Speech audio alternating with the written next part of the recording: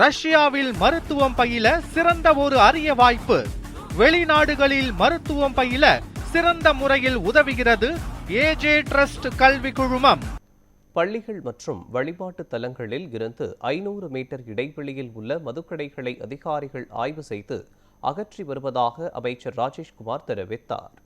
கன்னியாகுமரி மாவட்டம் கருங்கல் பகுதியில் செய்தியாளர்களுக்கு பேட்டியளித்த அவர் சில இடங்களில் மக்கள் மதுக்கடைகளை அகற்ற போராட்டம் நடத்துவதாகவும் கூறினார்.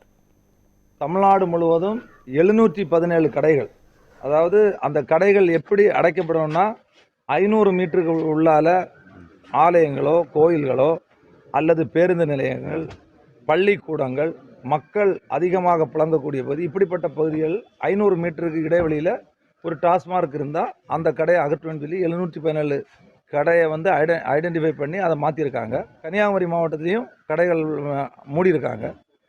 இப்போ சில இடங்களில் மதுக்கடைகளை வந்து மாற்றணுன்னு மக்கள் வந்து போராட்டங்கள் நடத்துகிறாங்க. அந்த மதுக்கடைகள் வந்து அந்த அந்த க்ரைட்டீரியா 500 மீட்டருக்குள்ளால் அவங்க வந்து அளவீடு பண்ணி இருக்குதுன்னா அதையும் முறைப்படுத்தி அதை மாற்றிட்டு இருக்காங்க. அந்த அடிப்படையில் தான் இப்போ தெருவு கடையில் ஒரு மதுக்கடை வந்து மக்கள் வந்து அதை மாற்றணும்னு சொன்னாங்க. அதில் வந்து அதிகாரிகள் வந்து ஆய்வு செய்து அது அதுக்கு உட்பட்டு வரனால இன்னைக்கு அந்த வந்து கடையை வந்து மூடியிருக்கு.